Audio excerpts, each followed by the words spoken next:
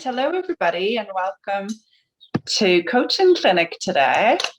Great to be back here. I've just had a lovely week off and it's just really nice to come back and see you all. Hope you're all well, and as usual I'd like to start with a guided meditation, a visualization that will just help us get grounded and get settled here. Today on the Coaching Clinic, my intention is that through whatever I share, that you fall into a lighter heart. And part of my choosing that subject is because Francesco, my fiance, lived in a light heart most of the time. He didn't really strive to get there. He just lived that way. And I learned a few things along the way by witnessing that versus trying to achieve it or trying to take a ton of courses or studies to experience it. So I want to share that with you today. But let's get started with a gentle meditation visualization. If you need to switch things off, switch them off. And just allow yourself to just be here fully. Okay, that's the key, because clinics, it's kind of your moment in time to literally be in a healing experience. That's why I've called it a clinic and not a course or a class.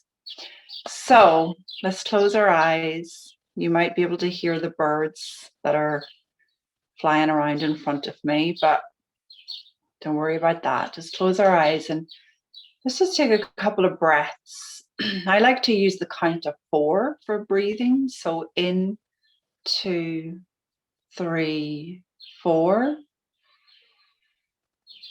and out, 2, 3, 4, and in, 2, 3, 4, and out, 2, 3, 4. And keep that rhythm going for a couple of moments. You should feel yourself sinking into the chair or wherever you're sitting. It should just start to allow your body to sink into the moment and where you are.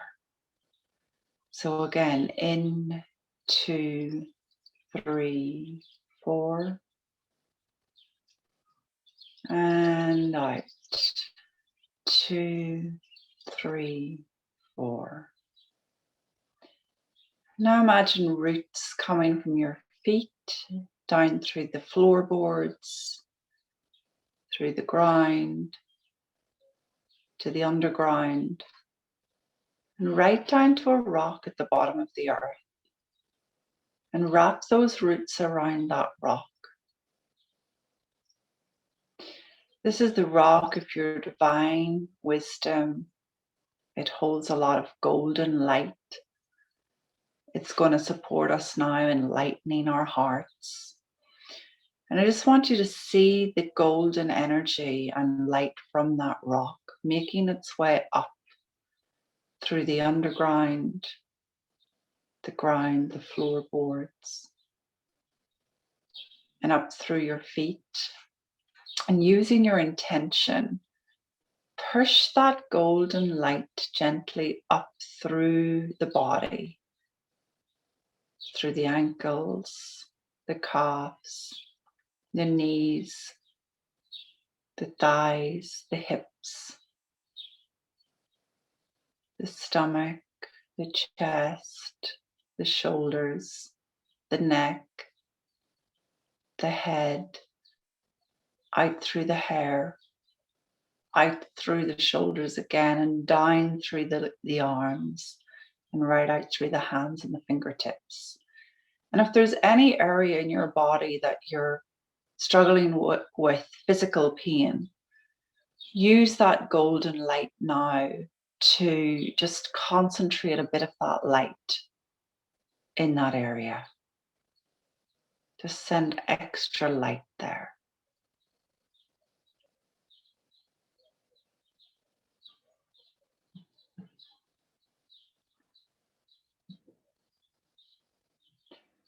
One of the things that we can do to lift heaviness and grief and sadness or stress and worry, whatever it is you're experiencing, one of the things we can do is we can clear our chakras using this golden light. So I want you to imagine this golden light just cleaning and clearing your root chakra, which is a couple of inches below the belly button and just a couple of inches above the pubic bone. So just see a beautiful round red, ruby red color.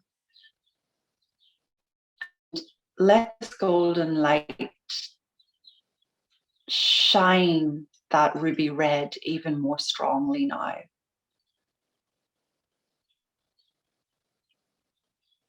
You might see it very large or you might see it very small. It doesn't matter, but what I'd like you to do is just imagine this ruby red as a circle and choose the size that you want, because you're going to align each chakra the same size.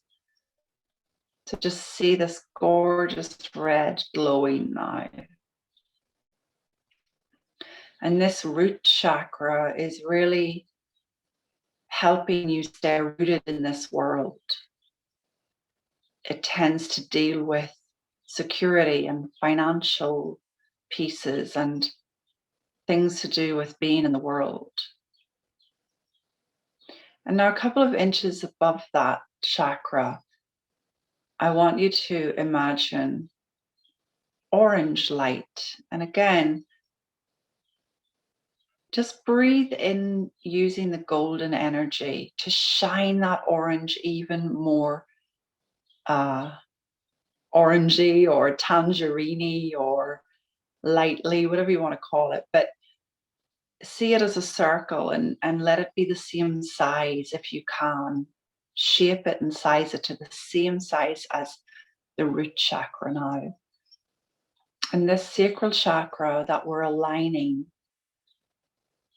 is such an important piece.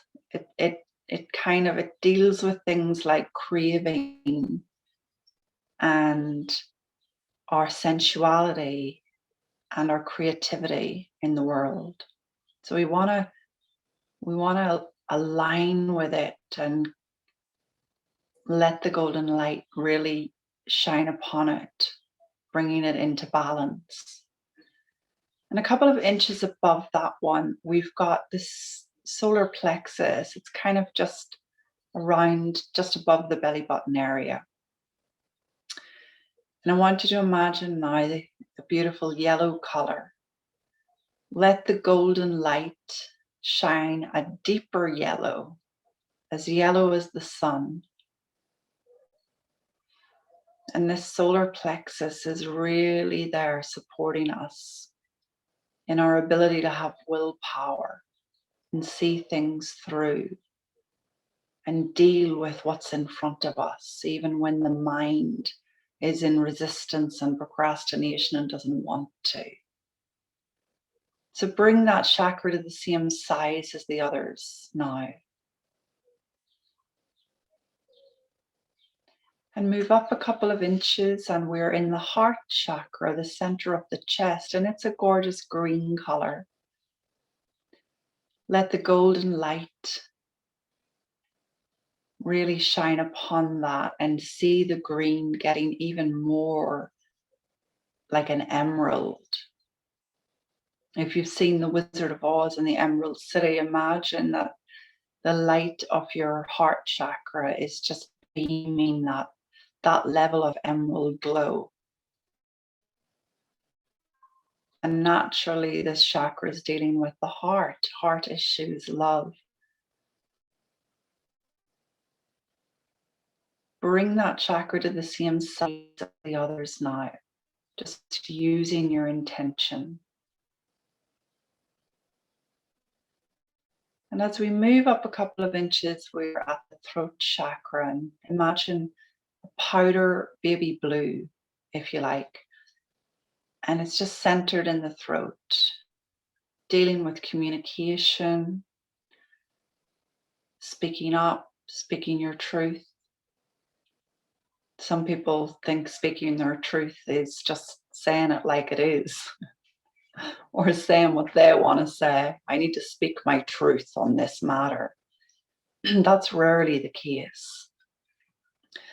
Speaking our truth is really taking the time to get quiet and speaking from the heart rather than speaking from the mind.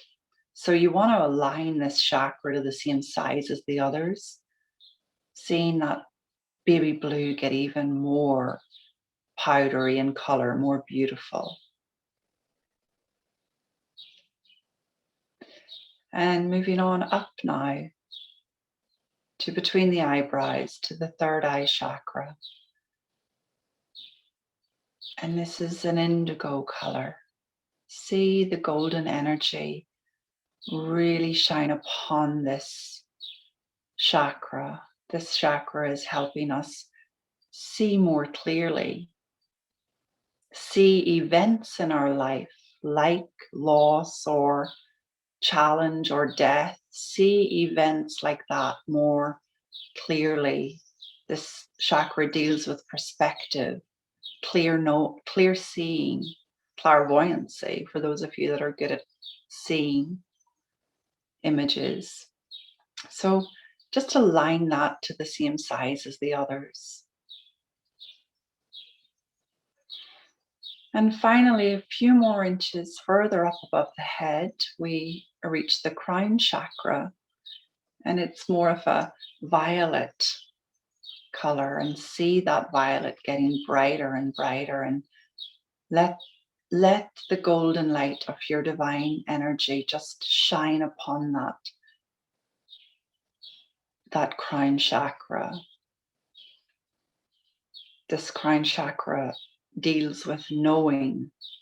Sometimes we just know something, even though we don't know where the information came from. And your crown chakra is there supporting you in knowing the truth about people, situations, events.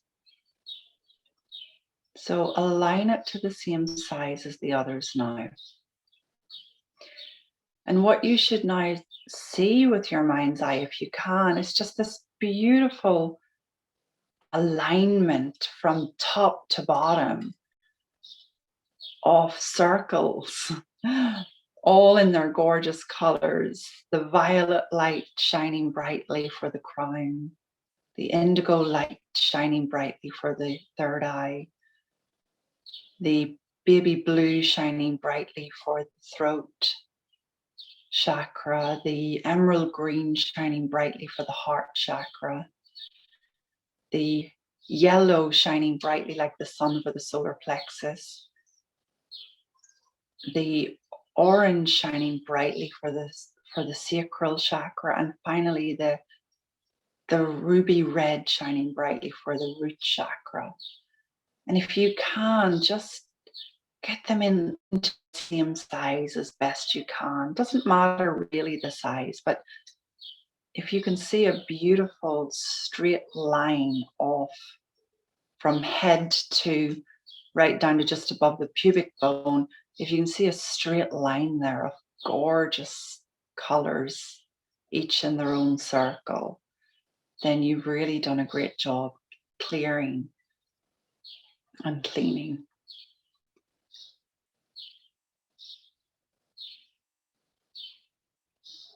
And just sit and bask in that for a couple of moments.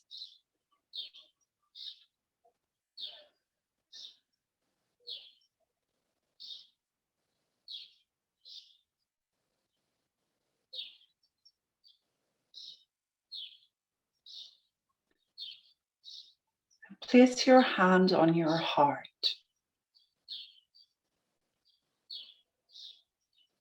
And set your intention for a lighter heart. today. How you get there doesn't matter. Just set your intention for it. The yearning to lighten up, to fall back in love, to be in a feeling of love with life, with those that you're having difficulty with those that you're remembering past events with, is all up for grabs.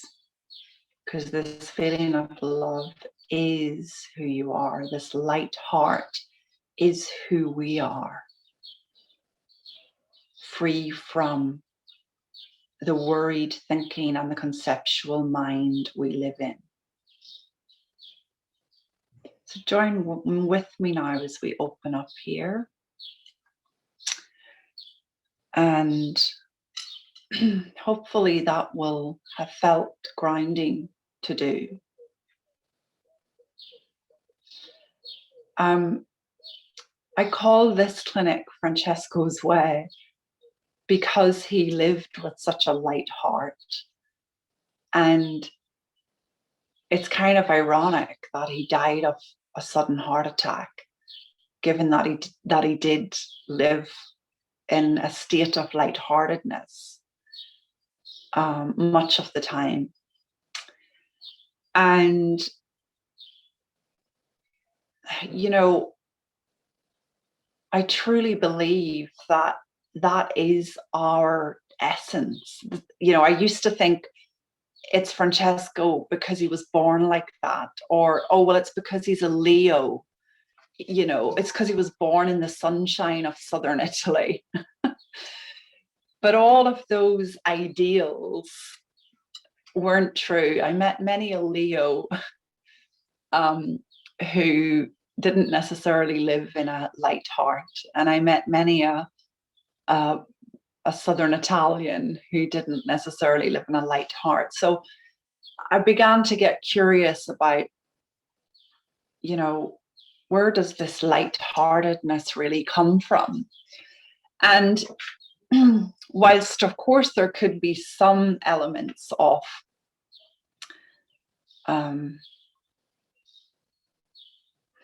living life enjoyably or on purpose, or doing activities that you enjoy, all of those things helping move you to a lighter state of heart.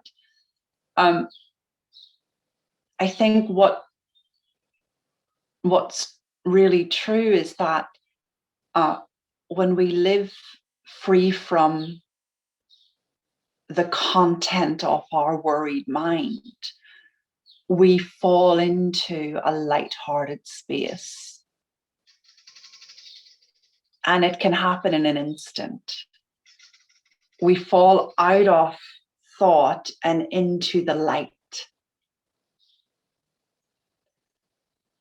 And in that light, we always know what to do. We always bring a feeling of love and enjoyment to the moment.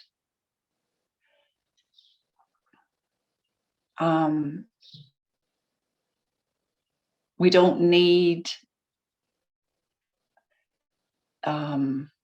external things to pump us up to get us that way.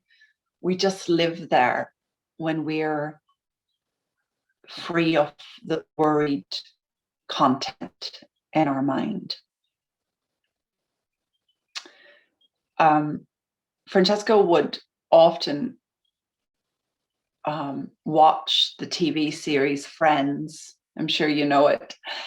And he would laugh and laugh and laugh. And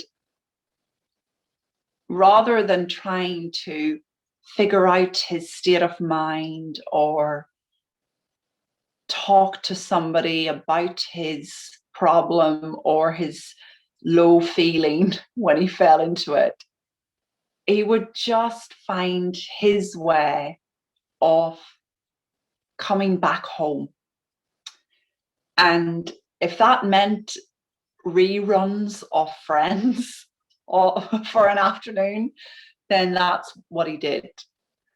And as I have found the courage to start watching that show again, I have also fallen into great memories of us laughing together and of the kind of things he would just come out with, taken from that show and used in our everyday life. I wrote a post the other day where I'd gone back to our hometown for a week for a holiday, and I was kind of back in my everyday life like I would have been previously, and I was doing things I would have done. One of which was going to see my beautician for some, beauty work and having a spray tan for the first time in a long time. And I would come back from seeing her, and the first thing he would say to me is, well, how many Mississippis did you get this time, Grace? And he had taken that line. I didn't realize at the time, but he had taken that line from the TV show Friends, where there's an episode where Ross apparently is getting spray tanned and he does way too many Mississippis. And so that became our thing. Every time I went to get a spray tan, he was, like, how many Mississippis did you get this time?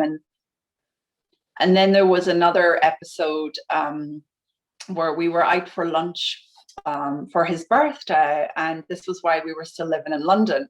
And his favorite food was pizza. He absolutely loved pizza. And at the time living in London, I couldn't really digest pizza at that time. Thankfully, I can now, a lot less stressed. But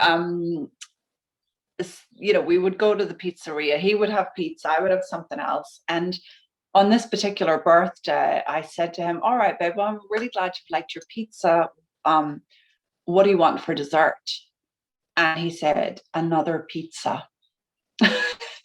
He went on to tell me that this was a Joey special. So again, coming from the TV show Friends, that I didn't really know a lot about at the time, a Joey special was 2 pizzas. And so this became a thing in our life where, if he was wanting to go somewhere or do something, or even if he was just feeling a bit under the weather, "What do you need, honey?" I'm going to do a Joey special. And so he kind of lived in this light, fun feeling of let's not take it so seriously. And particularly, I noticed that when he came to his family, my dynamic with my family was always a little bit more serious about life. But his dynamic with his family was just fun and enjoyment. He just brought the feeling with him.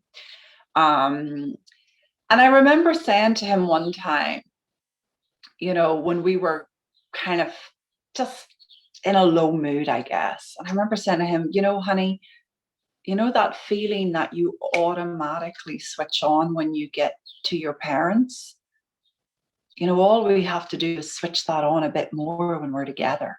Me too, both of us. Because me too, I would get to his parents, and that's the thing I love about my in-laws, is that there can be this light, jovial way that we have cultivated and learned to show up in. And so we made it a pact in our relationship as well, that when we were starting to get into low moods and heaviness and seriousness, rather than begin to blame one another or criticize one another or make the other person need to change, we would just kind of remember that we could bring a light heart to the moment, that we could lighten up. And I think anything you do to lighten up, it doesn't matter what it is, only you're judging it, really. Anything that drops you out of your mental dialogue is really helpful. Now, as it just so happens, it's your natural state. And, Francesco found his way of coming back to that, as I mentioned, through episodes of Friends and cycling and being with the dogs and just, having a laugh, having an aperitivo and a laugh and just not taking it too seriously.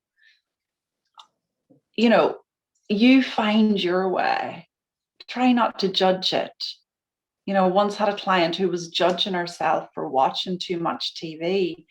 And what she didn't realize was that was her wisdom, doing the best her wisdom could get her to do in the moment to relieve her from the level of judgmental thinking she was in.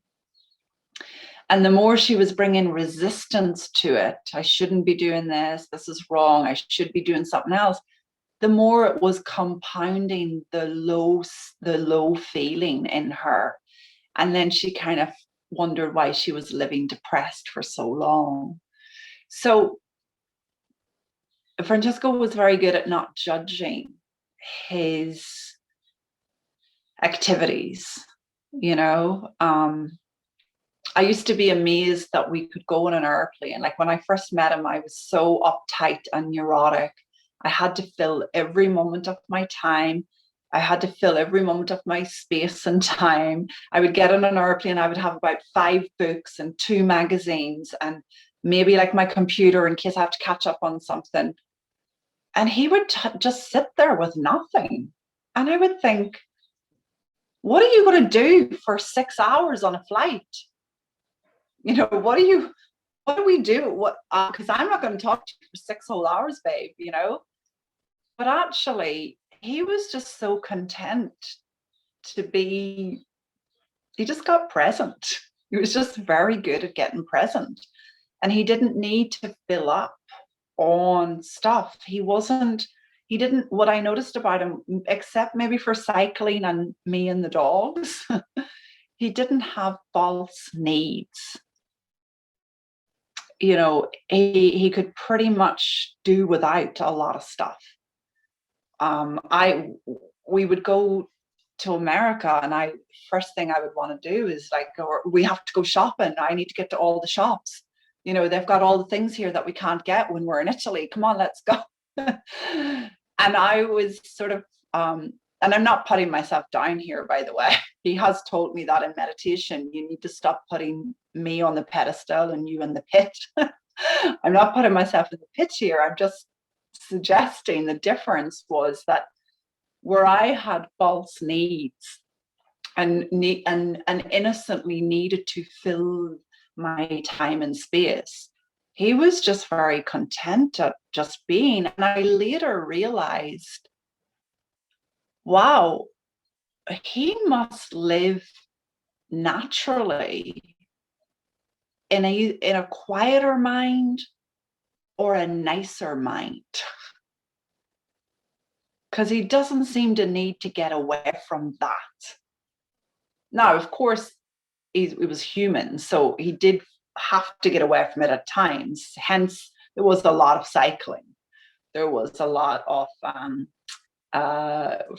Friends and TV, and there was a lot of things that he did.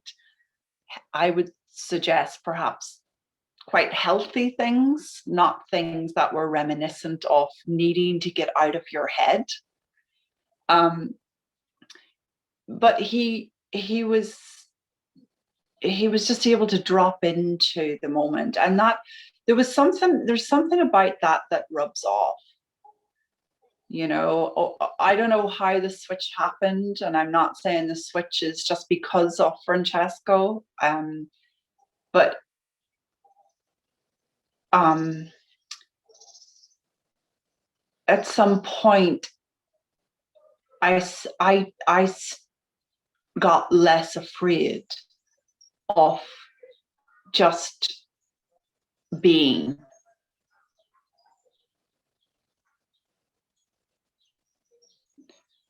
And I think there's something in that for all of us, that a quieter mind that's not scaring herself or needing to fill up herself. is a space where you find a light heart and an easy way to be. I could go on about this forever. I don't know if this is helpful or not. So could you give me some comments or some questions, or can we make this relevant to you in some way? Who's writing in? Lynn, I love how you light up when you talk about Francesco. Thank you. You know, I guess that's the other thing I've seen, Lynn, too, is I could not have predicted that I could fall into feelings of lightheartedness in the midst of this grief and loss. If you'd have told me, you know, you're going to lose your fiance, it's going to be very sudden, your whole life's going to turn upside down, you're going to lose your house, you're going to have to move in with your in-laws, you're going to get the biggest tax bill you've ever seen. And by the way, we don't know either when you're going to see your family again because COVID's going to continue and you can't travel. I would have predicted a heart that was heavy until all of those things changed, including, you know, bringing Francesco back, which was never going to be on the cards, at least not in the physical sense. So to see that a light heart is available, an open heart is available, even in the midst of such turmoil, you know, in circumstances and in life, it just reminds me, or it's just evidence, if you like, it's evidence of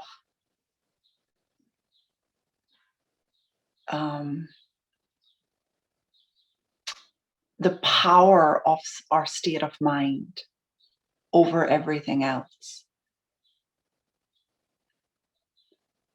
That the physical can come and go, that houses can come and go, that family and people can come and go, but that as we're present, as our state of mind gets a little bit less noisy and critical and fearful, as we stop living life with a gun to our head, we just drop into a light heart, even in the midst of grief and loss.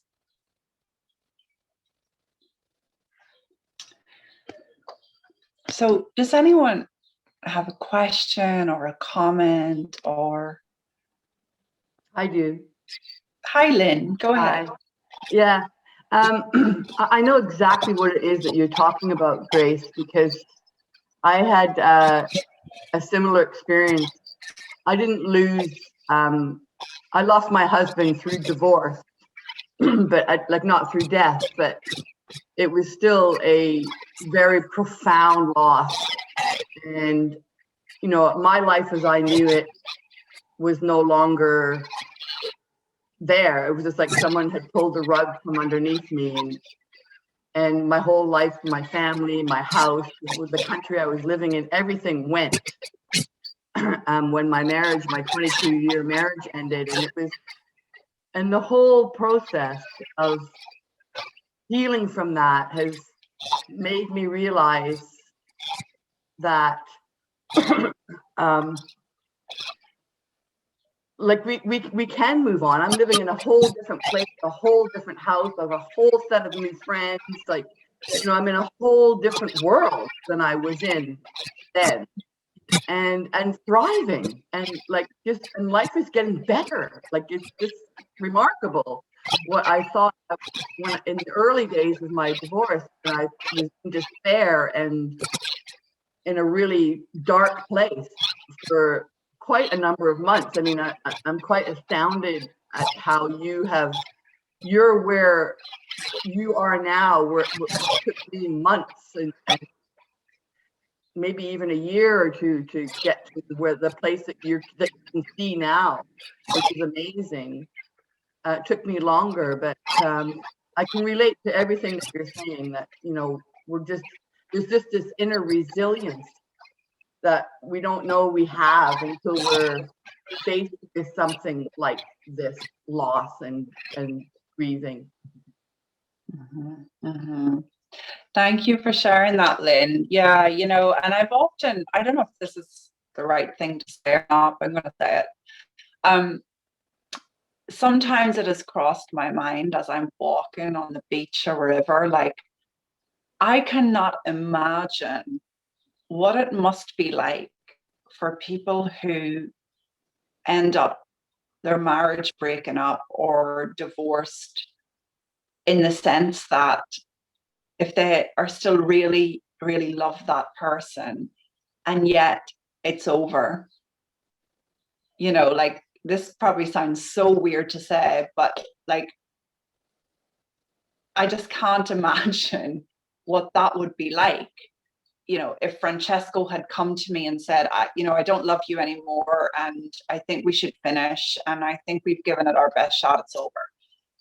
Like, that, and again, I know what you're saying, Lynn, that inner resilience would still be there, and of course, still be able to move through it all.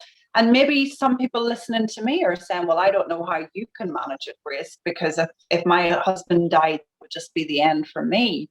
And it goes back to, again, um, we have this incredible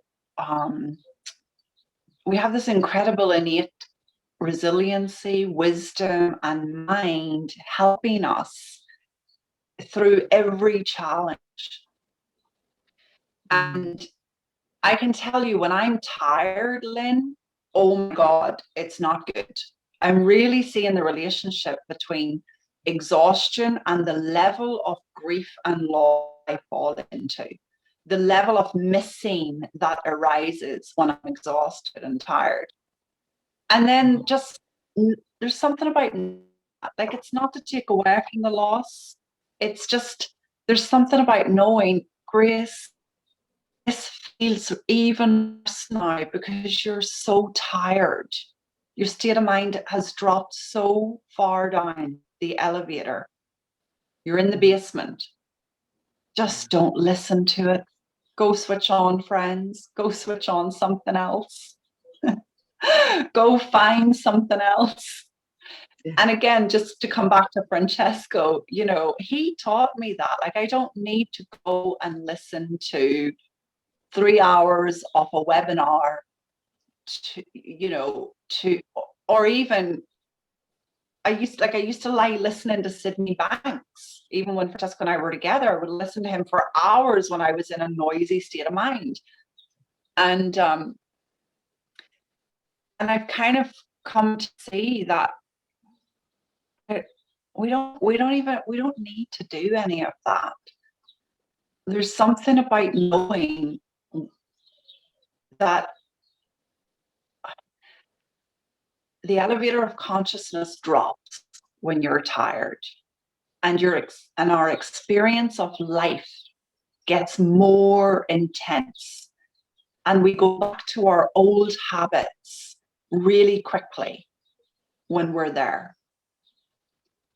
But it's not indicative of an awful future. It's not telling us you're damned. And as the elevator goes back up, I just noticed there's an open-heartedness, a light-heartedness, and for me personally, a connection to Francesco that is reminiscent of his spirit, that is so him.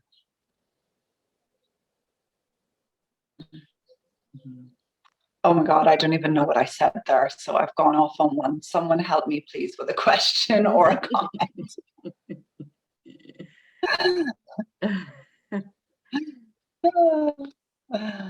Oh, thank you. Someone's written something. Lynn, thanks for sharing that. That was so helpful, by the way. You're welcome. What if we, Elizabeth, Grace, I could just listen to you talk for hours. Oh, thanks, because I never know what I'm saying. There's always more than a few nuggets of gold from whatever you share. Oh, I'm glad to hear it.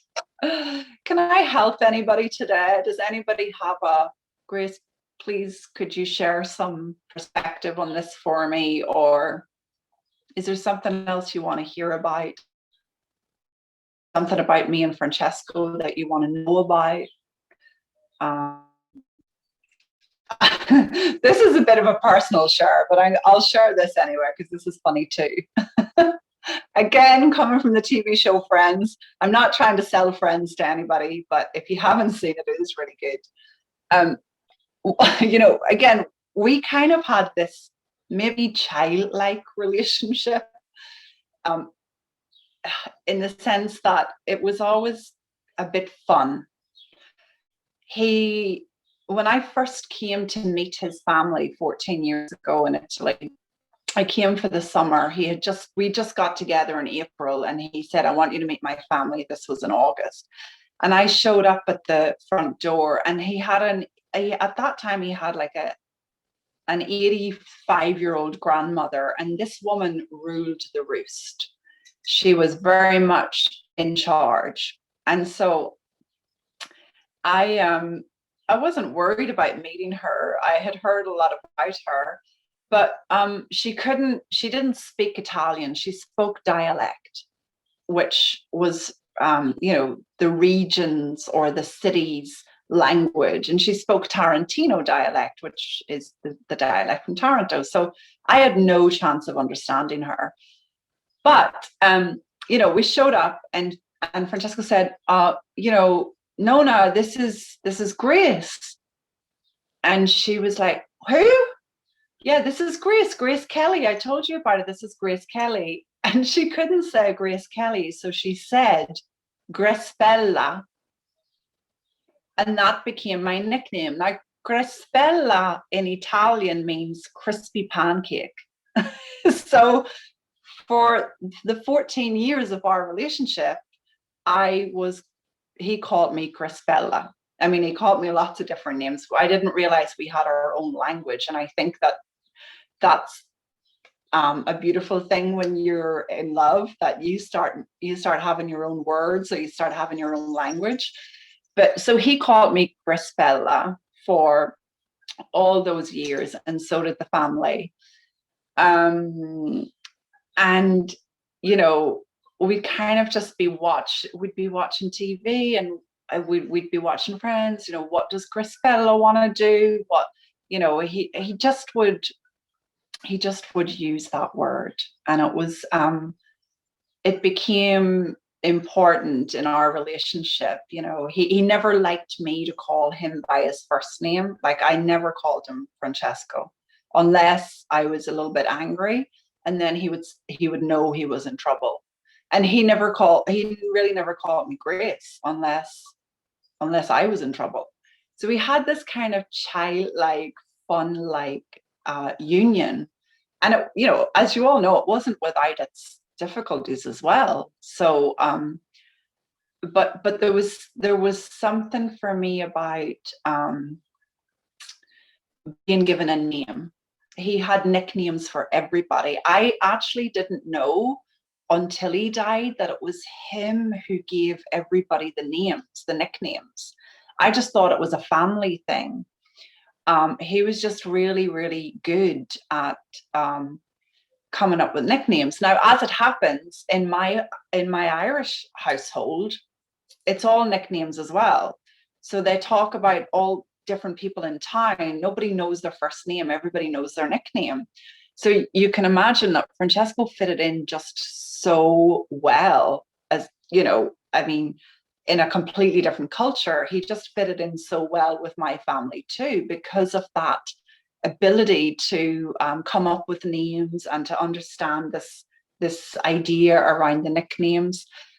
And I was laughing today in particular because I remember we'd been on holidays in the west of Ireland, and I'd taken my mother-in-law out for coffee today, and I got acid in my stomach. Stupid thing I get sometimes. But Francesco and I used to get acid in our stomach together, like in a cute way. It was like, oh, you've got acid. Oh, I've got acid too. It's just like a pain. It's just like a pain that's not. It's not serious. It was just you know, the Italians take an antacid to sort it out, whatever. But we were in the west of Ireland. There were no antacids, and Francesco said to me, "Oh, you know, I've got acid in my tummy," and I said, "Oh, honey, you know, okay, let's see, can we get to a pharmacy and blah blah blah." And then he said, "I can't. No, your father's asked me to go to the pub with him and his friends." And I was thinking, what? It's like it's only 12 o'clock. Where are you going? And he said, "Oh, well, we're going to watch this Gaelic football match, and I have to go. I don't want to look like I'm letting the team down." So anyway, I said, "Well, go and just tell my father, and he'll get you sorted out." And I was thinking my father would say to Francesco, "Oh, you know, come on, I'll take you to the pharmacy. We'll get you what you need." But as it turns out, my father gave Francesco a brandy and port, which was quite a large glass of brandy and port. Now, you got to remember, Italians don't really drink that much, at least not hard liquor, and definitely not at midday. And Francesco was kind of like with this glass, and he didn't want he didn't want to be embarrassed in front of my father and all his friends, but he really didn't want to drink it either, because he could not see, how is this alcohol going to solve this problem in my stomach? But my father was like, "Come on, just drink it. Just come on, stop being a mommy's boy. Just drink it and we'll go and watch the match." And he drank it, problem solved within minutes.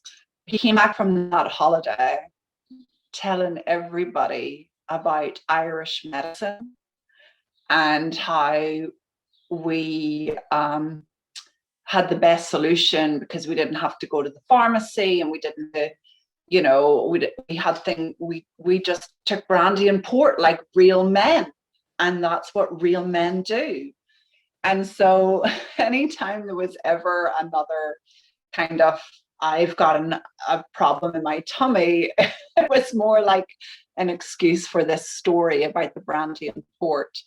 And I'm just telling you these stories now. I don't know why, but maybe he wants me to tell these. But that was like another example of his willingness to just go with the flow in the moment. Like, he could have been a stubborn Italian, which sometimes he was, and he could have said, "No, I'm not drinking. I'm going to do things my way. I need to get to pharmacy." It could have been a pain in the ass, but he wasn't.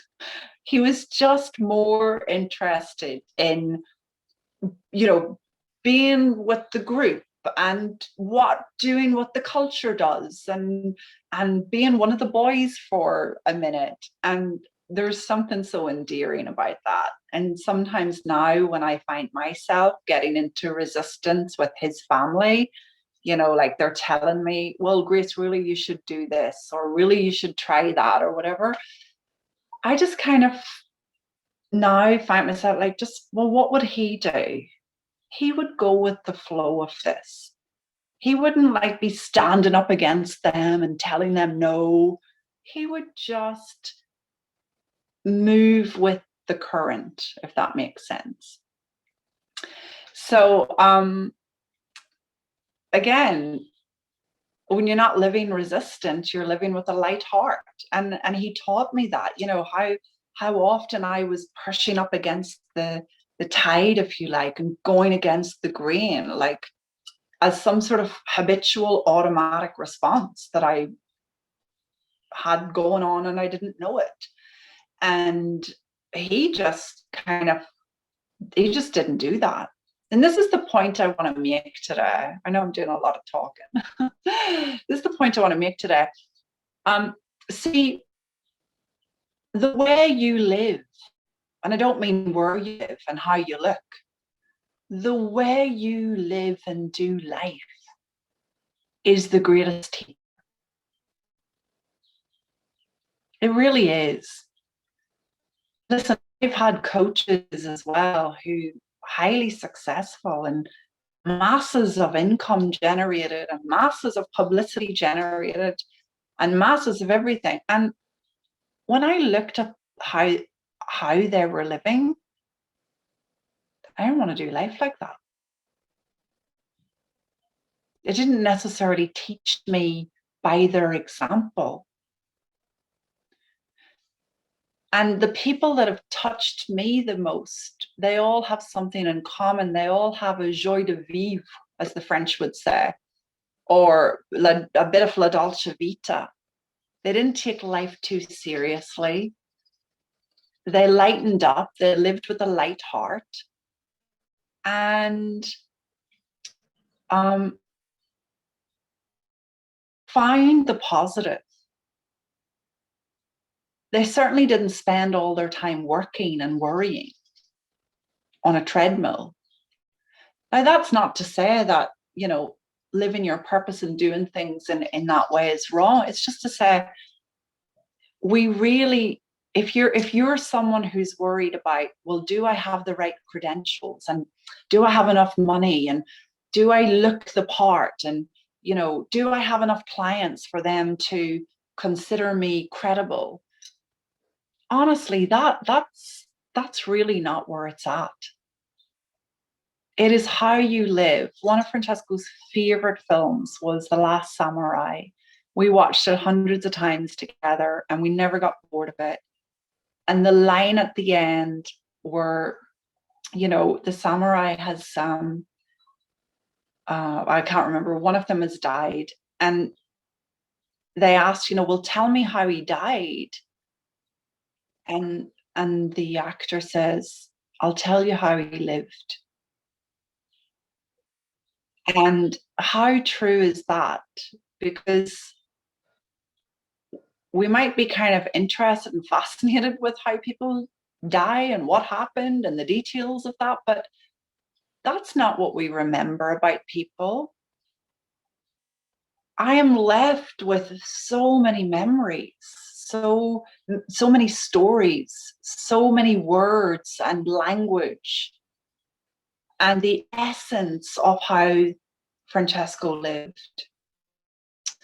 And I remember noticing, even just recently, I noticed, why the hell would we try and dim down our personality?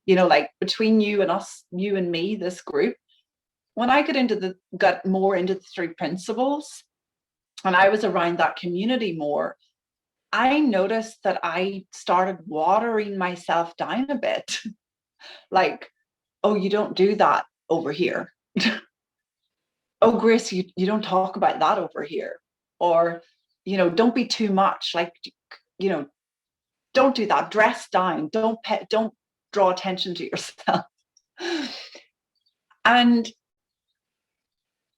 it occurred to me with Francesco passing, it's I remember his personality as much as his spirit. Why would any of us try and dim our personality, our likes and our dislikes, our quirkiness and our opinions? Those are things we remember. Those are part of our divine architecture. And there's no rules saying you can't do that. That was just what I was making up in my head. But, again, he had this lively personality, joie de vivre, very animated. I guess together we both did. But that's now where I access him. I don't access him very much in the drop, in the heaviness, in the seriousness, in the heavy grief and loss. It's not that he's not there. It's just I have a hard time feeling and experiencing him. And how he lived taught me everything I need to know, more than any coaching course I ever did, more than any group I ever attended. And he supported me in looking for well-being over there. And I found it in many ways. I did. And I enjoyed it. and I love it, and I still engage it. And I've taken that the way each of those teachers lived taught me more than anything they had told me about life and the mind. And I think that's what Sydney Banks meant when he said, just go out and live your life. You know, stop looking at all of this. And if you're someone right now who's innocently, you're looking at your business a lot, you're looking at your body a lot, you're looking at your lack of love life a lot, or you're looking at what's missing, just look away from all of that. All right, just allow yourself to live life. So I see a couple of messages coming in. I know we're probably near the top of the hour now. Azul, what time are we? Oh, yeah. Okay, lovely. Thanks, Thomas. Good hearing. Oh, I'm glad you've liked it, Lillian, too. So I hope that's been helpful today.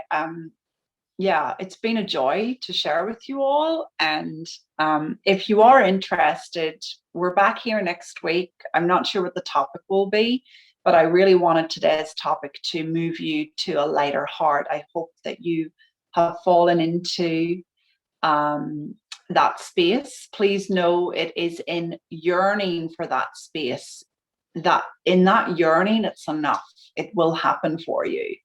You know, we do have a lovely course coming up. It's very important that Azul puts the link, because I don't know how to. But if you'd like to join myself and Mavis Karn, we have the Essential Selfishness 4-week course, bringing your true self to each moment. And that is starting Thursday, June 17th. We've moved the date by a week, giving people a bit more time. So if you'd like to join myself and Mavis Karn on that, that will be particularly helpful to healers, teachers, coaches, mothers, wives, anybody who finds that they have more of a tendency of worrying about others and what others think, and maybe overcompensating with trying to take care of others, and have a little bit of a guilty or difficult time prioritizing oneself. What I will share with you about that course very briefly is it's not about self-care, and it's not about more time. This particular course is pointing you back to the place within you that takes care of herself really, really well, and essentially loves herself really, really well. So if that interests you, check out the link on the on the messages here, and I'll see you all next week for another coaching clinic. All right, lots of love, everybody. Ciao. Bye.